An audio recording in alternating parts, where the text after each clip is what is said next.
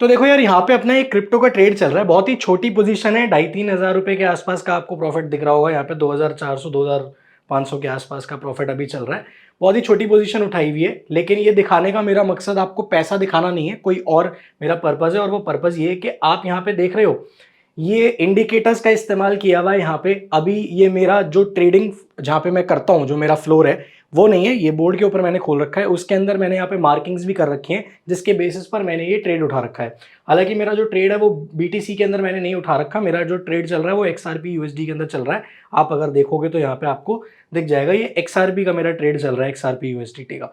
अब आगे चलते हैं। देखो, मेरे ये दिखाने का पर्पज ये नहीं था, पर्पज मेरा आपको पैसा दिखाना नहीं है। मेरा पर्पज ये है कि इस पर्टिकुलर वीडियो के अंदर ना हम लोग टेक्निकल एनालिसिस सीखने वाले हैं। बहुत सारे लोगों की रिक्वेस्ट आ रही थी कि टेक्निकल एनालिसिस हमें डिटेल में चाहिए कि किस तरीके से हम कर सकते हैं और उसमें कौन कौन सी चीज़ों का ध्यान रखना होता है। और अगर आपने इन चीज़ों में से कोई भी चीज़ स्किप करी या सही से नहीं सीखी तो आपके पैसे होने के जो नुकसान है ना वो बढ़ जाते हैं। यही कारण है कि ये वीडियो आपके लिए बहुत ज़्यादा इंपॉर्टेंट होने वाला है। अब इस वीडियो के अंदर हम सीखेंगे क्या क्या, तो ये देखो, ये सारी चीज़ें हम सीखने वाले हैं, तभी मैंने आपके लिए लिख के रख रखी है। पहली चीज़ कि हम समझेंगे कि मार्केट कितने अलग अलग तरीके के फेजेस के अंदर काम करता है, क्योंकि अगर आपको ये नहीं पता होगा, आपको पता नहीं होगा कि किस फेज के अंदर किस तरीके से हमें ट्रेड प्लान करके चलना है। दूसरी चीज, आपको चार्ट्स और फाइंडिंग प्रिंसिपल्स, मतलब कि जो चार्ट्स हैं वो क्या बताते हैं, कैसे बताते हैं, और फाइंडिंग प्रिंसिपल्स क्या होते हैं जिनके बेसिस पर हमें काम करना होता है, हम वो चीज सीखेंगे। फिर तीसरी चीज मैं आपके लिए हाईलाइट भी कर देता हूं यहाँ पे ताकि आपके लिए आसान हो। पहला हम ये देखेंगे, दूसरा हम ये सीखेंगे, तीसरी चीज हम सीखेंगे कैंडल स्टिक्स और टाइम फ्रेम्स। हम कैंडल स्टिक्स का बहुत ही बेसिक्स कवर करेंगे, एडवांस के लिए आप कमेंट कर सकते हो नीचे, आपको एक एक्स्ट्रा वीडियो मिल जाएगा। लेकिन कैंडल स्टिक्स का बेसिक्स और हम टाइम फ्रेम्स के बारे में बात करेंगे। फिर हम ट्रेंड लाइन प्लॉटिंग, किस तरीके से ट्रेंड लाइन को प्लॉट करना होता है प्रॉपर तरीके से, वो सीखने वाले हैं। उसके बाद हम सीखेंगे कि सपोर्ट और रेजिस्टेंस का इस्तेमाल करके आप ट्रेड कैसे ले सकते हो, कैसे काम करती है पूरी चीज। और लास्ट में हम समझेंगे कि रूल्स क्या होते हैं टेक्निकल एनालिसिस करने के टाइम पर। देखो, ये बहुत ही इंपॉर्टेंट चीज है रूल्स, क्योंकि ज्यादातर लोग क्या करते हैं, वो रूल्स को फॉलो नहीं करते, रूल बेस्ड ट्रेडिंग नहीं करते, और वही सबसे बड़ा कारण बनता है उनके लॉसेस का। तो आगे चलते हैं और एक एक चीज को हम स्टेप बाय स्टेप सीखेंगे। देखो, सबसे पहले ना आप एक चीज बहुत ही क्लियरली अपने माइंड में सेट कर लो कि आप अगर लर्निंग नहीं कर रहे हो तो आप चाहकर भी अर्निंग नहीं कर पाओगे। अब आप बोलोगे कि यार ये तो बहुत सुना सुना सा लग रहा है, इसमें नया क्या है। मैं आपको उसका ना रीजन बता देता हूं।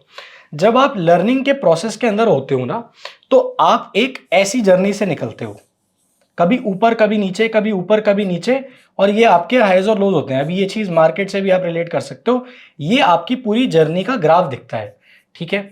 अब इस ग्राफ की स्पेशलिटी क्या है, ग्राफ की स्पेशलिटी ये है कि यहां पे ना आप जब इन पॉइंट्स पर होते हो तो आपको इन पॉइंट्स की कीमत ज्यादा पता लगती है, क्योंकि आप ये वाले पॉइंट्स देख चुके होते हो, ठीक है। ये मेरा पॉइंट है, मतलब कि क्योंकि आप लोज देख चुके होते हो ना, तो आपको हाईज की रियलाइजेशन होती है और आपको ये पता होता है कि आप हमेशा हाई पॉइंट पर नहीं रहोगे, लो भी आएगा। सो आप अपने आप को बेटर तरीके से प्रिपेयर कर पाते हो, इसलिए ये इंपॉर्टेंट है। और जब आप इस कर्व के अंदर खुद को ढाल लेते हो ना, तो आपकी जो अर्निंग का ग्राफ है ना वो भी ऐसे ही चलता है, कभी ऊपर जाएगा, कभी नीचे जाएगा, कभी फिर दोबारा ऊपर जाएगा, फिर नीचे जाएगा, ऐसे चलता है। कभी भी आप देखना अर्निंग का ग्राफ ना, कभी भी आपको किसी का ऐसे नहीं मिलेगा, उसमें डिप्स हमेशा देखने को मिलेंगे। और दूसरी बात, अर्निंग का ग्राफ ऐसे भी नहीं चलता अगर आप लर्निंग कर रहे हो कंटिन्यूअसली। तो ये सिंपल सी चीज है जो मैं आपको पहले क्लियर कर देना चाहता था कोई भी चीज सिखाने से पहले। अब सबसे पहले हम समझते हैं कि फेजेस ऑफ मार्केट क्या होते हैं। 3 फेजेस जिसकी हमें सबसे ज्यादा जरूरी है समझना। पहली चीज बियरिश मार्केट, अगला बुलिश, और तीसरा साइडवेज।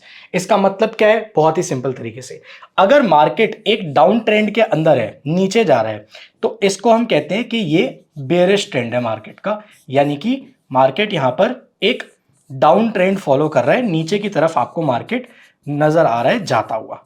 जैसे अभी हमने स्टॉक मार्केट के अंदर, अगर आप फॉलो करते हो बहुत ही रेगुलरली, तो आपने देखा होगा कि स्टॉक मार्केट के अंदर ना सितंबर 2024 के बाद से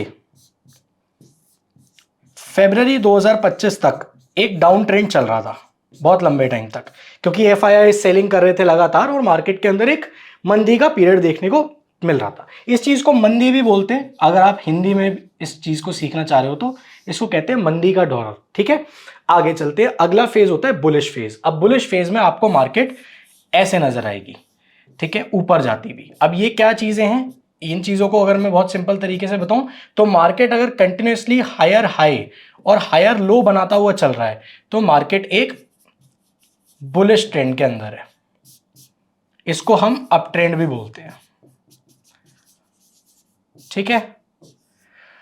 अब आप बोलोगे कि यार ये बुलिश ट्रेंड बेरिश ट्रेंड ये इतना इंपॉर्टेंट क्यों है? अभी आपको समझ में आएगा जब आप साइडवेज ट्रेंड को समझोगे। साइडवेज ट्रेंड क्या होता है कि मार्केट एक पर्टिकुलर रेंज के अंदर फंसा हुआ है और उसी रेंज के अंदर चल रहा है, ये हो गया साइडवेज। अब आपको मैं एक इंटरेस्टिंग चीज बताता हूं। हमारा जो स्टॉक मार्केट है ना, अगर आप बहुत ही ध्यान से नोटिस करोगे तो हमारा stock market 40% of the times bearish होता है, 20% ऑफ द टाइम्स आपको बुलिश दिखेगा और बाकी का 40% टाइम्स आपको साइडवेज दिखेगा। ये आपको यूजुअली ट्रेंड्स देखने को मिलेंगे। तो मार्केट के अंदर जो तेजी आती है ना, जो मार्केट भागता है, वो आपको 20% ऑफ द टाइम्स ही देखने को मिलेगा। 40% ऑफ द टाइम्स आपको मार्केट नीचे जाता हुआ दिखेगा अपने टॉप से, और बाकी 40% ऑफ द टाइम्स आपको मार्केट साइडवेज ही नजर आएगा। साइडवेज का मतलब क्या है कि मार्केट एक पर्टिकुलर रेंज के अंदर फंसा हुआ है। अब ये हमारे लिए तीनों चीजें इतनी ज्यादा इंपॉर्टेंट क्यों हो जाती है, मैं आपको अभी बताता हूं।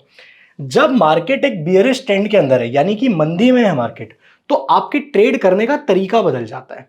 जब मार्केट एक बुलिश ट्रेंड के अंदर है तो आपके ट्रेड करने का तरीका बदल जाएगा, और जब भी मार्केट एक साइडवेज ट्रेंड में होता है तो भी आपके ट्रेड करने का तरीका बदलता है। मैं आपको बताता हूं ये फर्क कैसे आता है। अगर मार्केट एक बियरिश ट्रेंड में है, मतलब कि मार्केट मंदी के टाइम पे है, मंदी के टाइम पे ना आप हमेशा नोटिस करना, जब भी मार्केट नीचे जाता है ना तो हमेशा स्पीड से नीचे जाता है। तो मार्केट का जो फॉल करने की स्पीड है वो उसके ऊपर जाने की स्पीड से ज्यादा होता है। तो जब मार्केट एक डाउन ट्रेंड के अंदर होता है तब आपको अपनी जो पोजीशंस है, मतलब कि जो पैसा आप लगा रहे हो, आपको उस टाइम पे कम पैसे के ट्रेड्स लेने चाहिए और लंबे प्रॉफिट्स के लिए टारगेट करना चाहिए। मतलब कि आपको अपनी क्वांटिटी छोटी रखनी चाहिए, छोटा स्टॉप लॉस आपको लेना चाहिए और बड़े प्रॉफिट्स राइड करने के लिए आपको जाना चाहिए, वो भी डाउन साइड पे। क्यों? क्योंकि मार्केट तेजी से नीचे जाता है।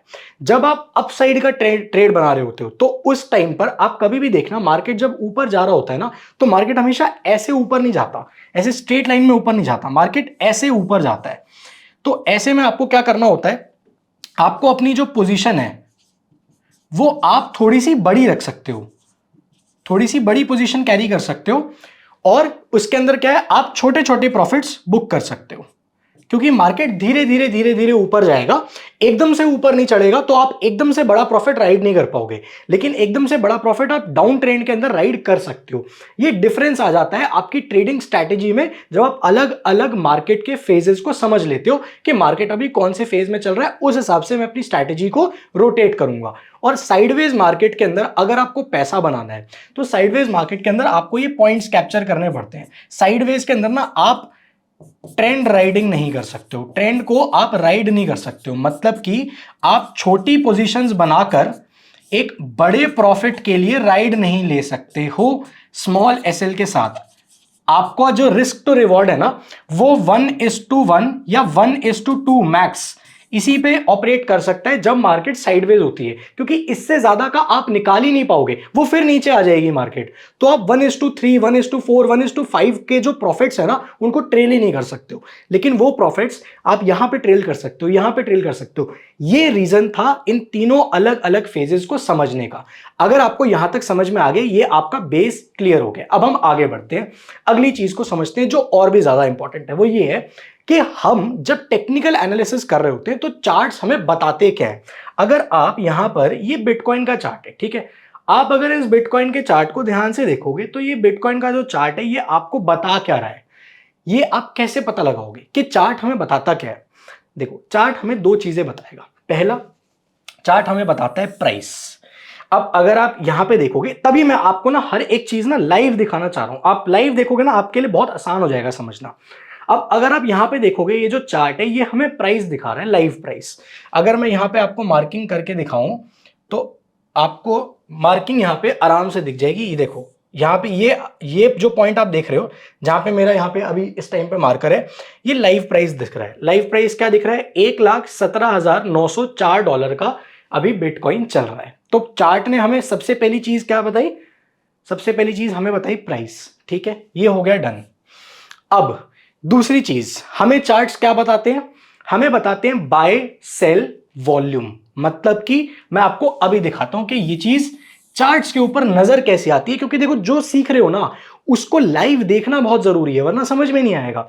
तो हम यहां पे आ जाते हैं। अब यहां पे अगर आप देखोगे बाय सेल का वॉल्यूम दिखाएगा हमें लाइव। अब वॉल्यूम आप कैसे देख सकते हो, मैं आपको थोड़ा सा और इसका बेटर व्यू दूंगा ना तो आपको समझ में आ जाएगा। मैं इंडिकेटर्स बंद कर देता हूं यहां पे, क्योंकि इंडिकेटर्स से जगह ज्यादा घिर रही है और आपको प्रॉब्लम आएगी। यहाँ पे मैंने कुछ इंडिकेटर्स खोल रखे हैं जो मैं अपने काम के लिए यूज करता हूँ, अभी ये भी सारी चीजें हम सीखेंगे, ठीक है। और मैंने यहाँ पे एक नया इंडिकेटर यूज कर लिया वॉल्यूम, ताकि आपको और बेटर नजर आ जाए, ठीक है। मैंने यहाँ पे इंडिकेटर लगा दिया है। अब आप यहाँ पे ना ध्यान से देखना, ये आप नीचे देख रहे हो ये छोटी छोटी छोटी छोटी लाइंस दिख रही हैं आपको, ये बिल्कुल एकदम जरा जरा सी, ये जरा जरा सी लाइंस दिख रही हैं, ये वॉल्यूम की लाइंस है। ये हमें बता रही है कि कितना वॉल्यूम आ रहा है। अब अगर मैं ये इंडिकेटर भी हटा दूं वॉल्यूम का, तो आप चार्ट देख के क्या बता पाओगे। हम यहां पे आ जाते हैं, ठीक है, इस वाली जगह पे आ जाते हैं। इस वाली जगह को आप बहुत ही ध्यान से देखना जो हम बात कर रहे थे। अब यहां पे आपको वॉल्यूम में क्या नजर आ रहा है, अगर आप यहां इस पॉइंट से अगर आप यहां तक देखो, मैं यहां पे ड्राइंग ले लेता हूं, ठीक है। अगर हम यहां से देखें, इस पॉइंट से हम इस पॉइंट तक देखें, तो ये जो हमें ये नीचे जाता हुआ ट्रेंड नजर आ रहा है, यहां पे हमें क्या नजर आ रहा है, ये देख रहे हो ये वॉल्यूम है। तो जितनी बड़ी हमारी कैंडल होगी, वो बड़ी कैंडल हमें क्या बताती है कि यहां पर ज्यादा वॉल्यूम है। अब क्योंकि ये कैंडल रेड है, तो ये रेड कैंडल हमें क्या बता रही है कि सेलर्स का वॉल्यूम ज्यादा है। अगर यही ग्रीन कैंडल होती, मान लो हमने कोई ये बड़ी ग्रीन कैंडल पकड़ी हुई है, तो यहां पर बहुत सारे बायर्स आए और बायर्स का वॉल्यूम बढ़ गया। ये वाला जो पॉइंट आप देख रहे हो, ये जो मैंने हाईलाइट किया है, ठीक है। तो यहां पर क्योंकि ग्रीन कैंडल बड़ी बन रही है, जितनी बड़ी कैंडल बनेगी मतलब है कि उतना ही ज्यादा वॉल्यूम आ रखा है। अगर कैंडल ग्रीन है तो बायर्स का वॉल्यूम ज्यादा आया है, अगर कैंडल रेड है तो सेलर्स का वॉल्यूम ज्यादा आया है। अब जहां पे बड़ी कैंडल है वहां पे मतलब ज्यादा वॉल्यूम आया है, जहां पे कैंडल छोटी है, अब यहां पे अगर आप देखोगे तो ये छोटी सी रेड कैंडल बनी है, ठीक है। ये देखो मैंने यहाँ पे हाईलाइट कर दिया। एक और ले लेते हैं, हम यहाँ पे ले लेते हैं, ये देखो ये छोटी सी यहाँ पे एक रेड कैंडल बन रखी है। अब ये जो छोटी सी कैंडल है ना, ये हमें क्या बता रही है, ये छोटी वाली रेड कैंडल हमें बता रही है कि यहाँ पे सेलर्स तो आए लेकिन बहुत ही कम सेलर्स आए। सेलर्स का जो वॉल्यूम था वो बहुत ही कम था, बहुत ज्यादा सेलर्स एक बार में इकट्ठे होके नहीं आए, बहुत ज्यादा लोगों ने एक बार में नहीं बेचा।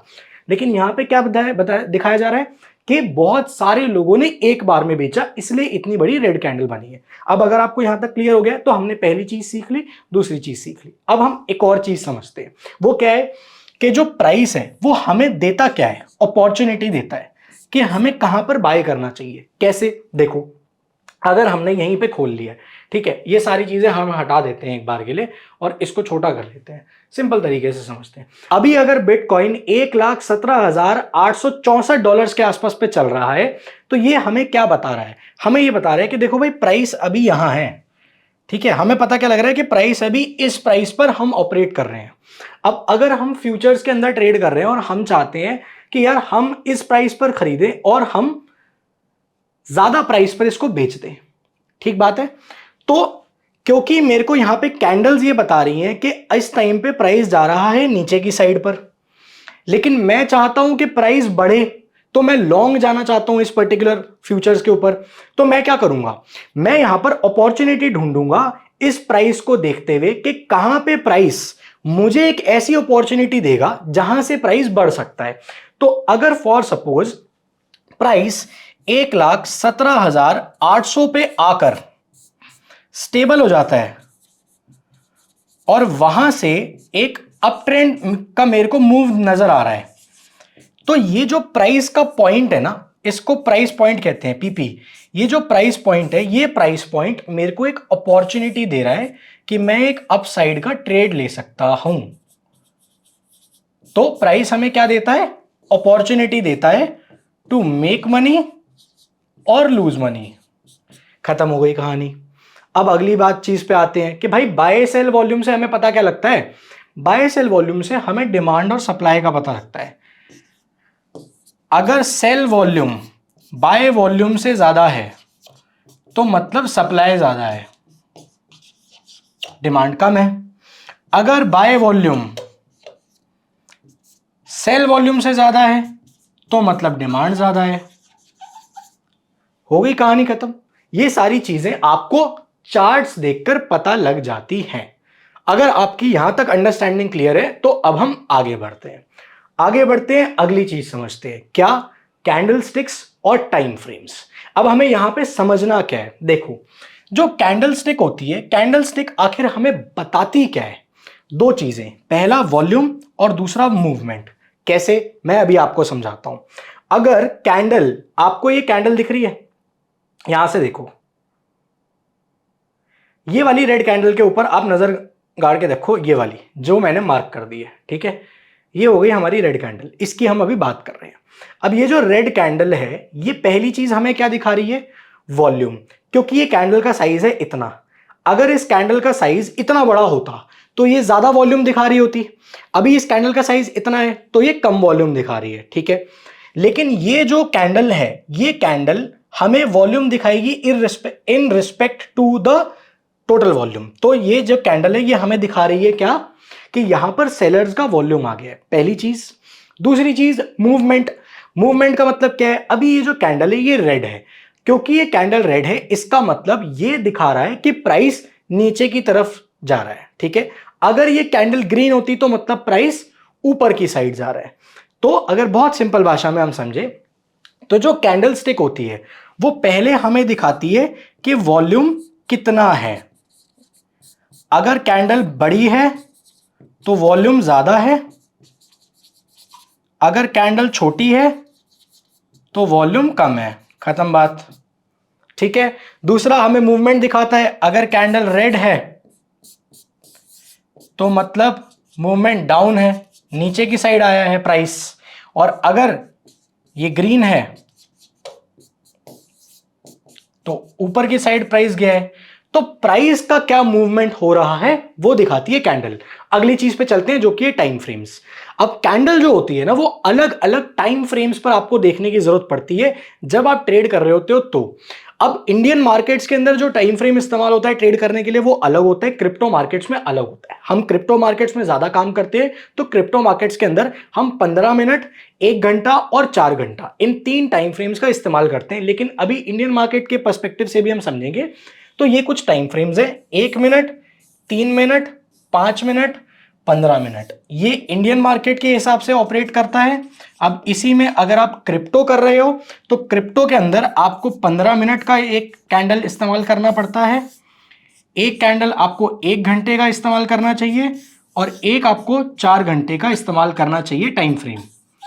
आपको कैंडल्स को इन 3 अलग अलग टाइम फ्रेम्स पर देखना चाहिए। उसका मैं रीजन बताता हूं, क्योंकि क्रिप्टो के अंदर फ्यूचर्स में ट्रेड करते हैं परपेचुअल में, तो क्योंकि परपेचुअल में ट्रेड करते हैं तो वहां पर थीटा डिके जैसा कुछ होता नहीं है, तो हमें लॉन्गर टाइम फ्रेम्स पकड़ने पड़ते हैं क्योंकि हमें ट्रेंड राइड करने की तरफ जा रहे हैं। अब अगर आप क्रिप्टो में ट्रेड करना चाहते हो तो देखो सीधी सीधी बात है, ये मैंने कॉइन डीसीएक्स खोल रखा है, हम कॉइन डीसीएक्स का इस्तेमाल करते हैं। आपको नीचे डिस्क्रिप्शन कमेंट बॉक्स के अंदर लिंक मिल जाएगा, आप वहां से जाके कॉइन डीसीएक्स के अंदर अपना अकाउंट खोल लेना। बेनिफिट आपको मैंने बता ही दिया है, आपको 20% ब्रोकरेज सीधा सीधा माफ हो जाएगी अगर आप हमारे दिए गए लिंक से साइन अप करते हो। तो डायरेक्टली करोगे तो ये ब्रोकरेज का आपको एडवांटेज नहीं मिलेगा। दूसरा एडवांटेज, हम आपको प्रीमियम टेलीग्राम ग्रुप के अंदर ऐड कर लेंगे, आपको कम्युनिटीज का एक्सेस दे देंगे, फ्री में आपको बहुत सारी चीजें वहां पर मिल जाएंगी। और आप गूगल फॉर्म, नीचे आपको मेंशन किया गया, गूगल फॉर्म जरूर से फिल करना अपना अकाउंट ओपन करने के बाद, उसी से हमें पता लगेगा कि आपके अकाउंट का स्टेटस क्या है, ताकि हम आपको ग्रुप्स में ऐड कर पाए। ये आपको मैं पहले से बता रहा हूं बेनिफिट के लिए। आगे चलते हैं, अगली चीज समझते हैं जो हमें सीखनी है, क्या? ट्रेंड लाइन को प्लॉट करना। ट्रेंड लाइन किस तरीके से प्लॉट होती है, उससे पहले ये 2 चीजें आप समझ लो, उसके बाद मैं आपको ट्रेंड लाइन को प्रॉपर तरीके से प्लॉट करके भी दिखा दूंगा कैसे प्लॉट होती है। अब यहां पे पहली चीज जो आपको समझनी है वो क्या समझनी है, वो है ये। अगर आप यहां पे ध्यान से देखो तो ये मैंने एक चीज लिख रखी है अप ट्रेंड, और ये मैंने लिख रखा है डाउन ट्रेंड। अब कैसे पता लगाया जाता है कि मार्केट अप ट्रेंड में है या डाउन ट्रेंड में है? ये तरीका है सिंपल सा, ही थोड़ा कॉम्प्लेक्स लग रहा होगा देखने में, बहुत आसान तरीके से समझाता हूं। अगर मान लो आपको मार्केट में कंटिन्यूअसली दिख रहा है कि जो प्राइस है वो ऊपर की तरफ जा रहा है और रेगुलरली वो एक हायर हाई और हायर लो बनाता जा रहा है, तो एक आपका सपोर्ट पॉइंट होगा। मान लो एक एग्जांपल से लेते हैं, मान लो सपोर्ट पॉइंट है 100, ठीक है, ये मैं एक एग्जांपल ले रहा हूं। और आपका जो रेजिस्टेंस पॉइंट है वो है 500, ठीक है।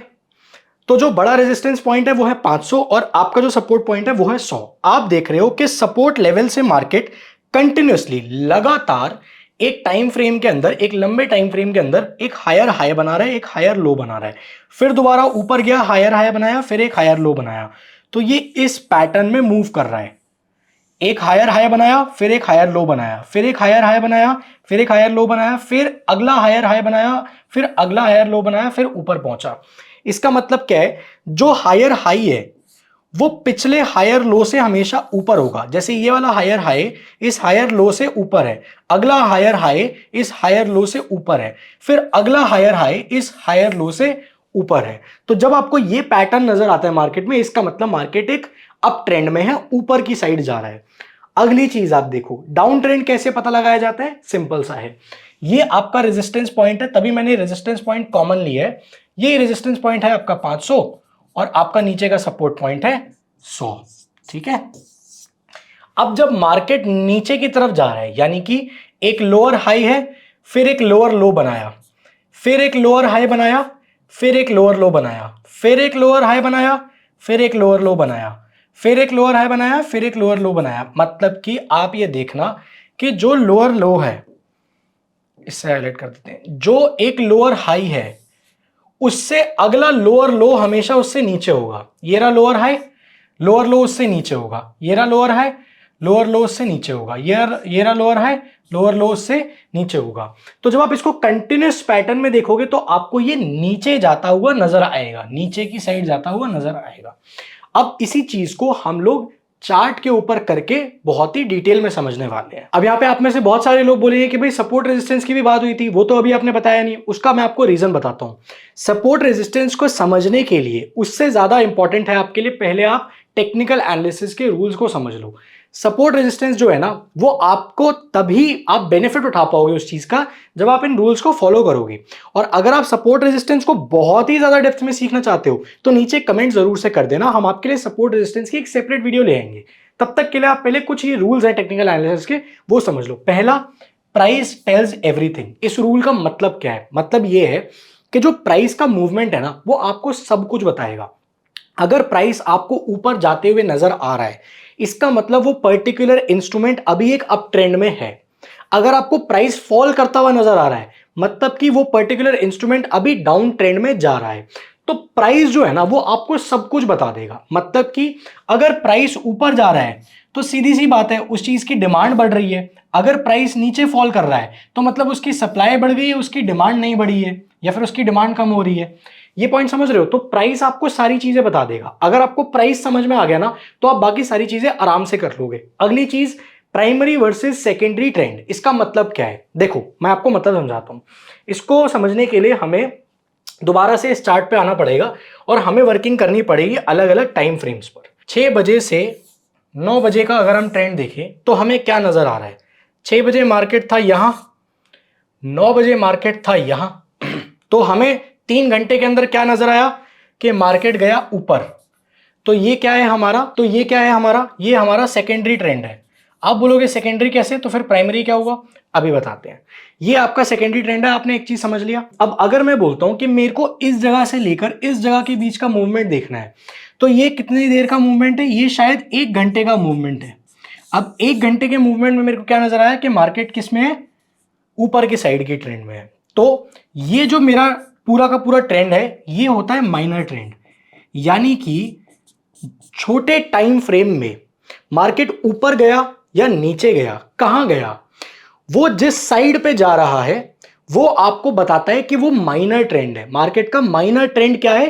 पॉजिटिव है।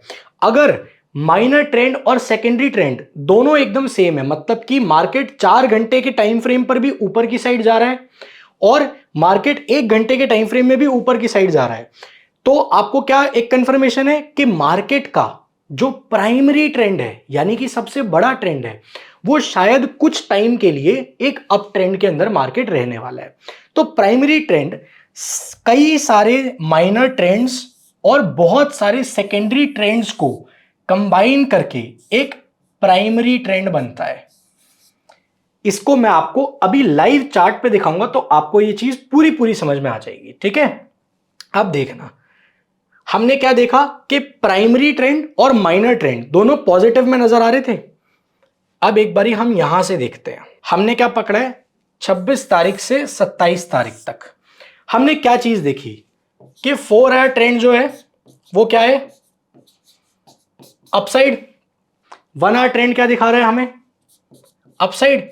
तो मतलब 1 घंटे के अंदर मार्केट ऊपर नजर आ रही है, 4 घंटे के अंदर हमें ये जो पर्टिकुलर चीज है, हमने अभी सोलाना का खोल रखा है ना, तो हमें क्या कर रखा है, हमने 1 घंटे में देखा ऊपर नजर आ रहा है, 4 घंटे में क्या नजर आ रहा है, ऊपर नजर आ रहा है। और अब देखो इन दोनों को कंबाइन करके क्या बनता है, प्राइमरी ट्रेंड।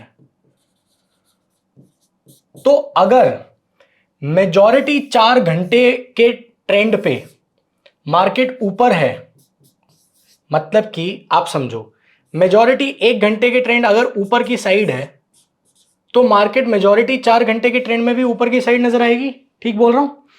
अगर मेजॉरिटी 4 घंटे की ट्रेंड में ऊपर की साइड नजर आ रही है, मेजॉरिटी ज्यादातर, तो आपको जो डे वाइज दिखेगा ना, जो आपका प्राइमरी ट्रेंड बना है अभी,